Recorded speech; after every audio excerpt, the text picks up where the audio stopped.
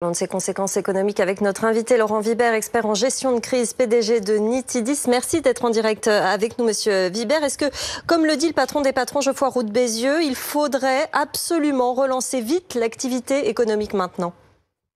Alors, c'est une certitude, il faut relancer l'économie. La formule est assez simple à comprendre. On ne peut pas continuer à dépenser sans rentrer d'argent. Pour autant, et c'est là le dilemme, il faut préserver la santé des Français et au-delà de l'Europe et de l'ensemble des citoyens du monde. Donc, vous voyez bien que cette zone d'incertitude, Sébastien Bazin du groupe Accor l'a encore dit ce matin, il va falloir apprendre à redémarrer dans le doute, dans l'inconnu. Ça, c'est la grande difficulté. Alors, le président de la République le dira peut-être, c'est ce que je pourrais conseiller à mon niveau et humblement, c'est de faire preuve bien sûr de transparence sur les faits, ce qui se passe réellement, mais également être dans ce doute qui doit être un doute constructif et faire appel à l'ensemble du potentiel humain. On l'a vu dans la créativité, les gens ont été formidables tout au long de ce mois et demi, bientôt 2 mois de crise. Il va falloir construire demain, reconstruire sans pour autant trop se fragiliser. C'est difficile, mais il faut vraiment que l'ensemble des Français soient sur cette ligne de crête, sur cette conduite de reprise d'activité.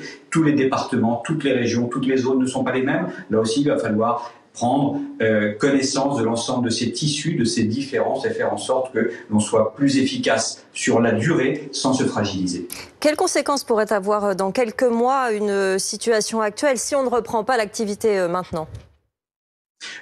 C'est catastrophique, on l'a vu, le PIB redescend, l'endettement est énorme. C'est aussi là un exercice j'allais dire de style, sur la conduite de demain. Est-ce qu'on a vraiment besoin de tout ce que l'on consomme depuis des décennies? Est-ce que l'on a besoin, par exemple, que l'ensemble des métaux rares soient produits par la Chine, que les antibiotiques soient à plus de 90% produits par la Chine? On a aussi à apprendre énormément sur demain parce qu'on a peut-être fauté depuis des décennies. Je vois beaucoup d'articles, je lis beaucoup de choses. J'ai lu Dominique Strauss-Kahn, on peut lire aussi des anciens diplomates. Tout le monde a la solution actuellement. Fallait-il peut-être le faire avant? Ça aussi, c'est une grosse et une grande question. Il va falloir faire face à l'inconnu, mais avec aussi l'ensemble des connaissances et peut-être des mauvaises postures que l'on a prises depuis longtemps.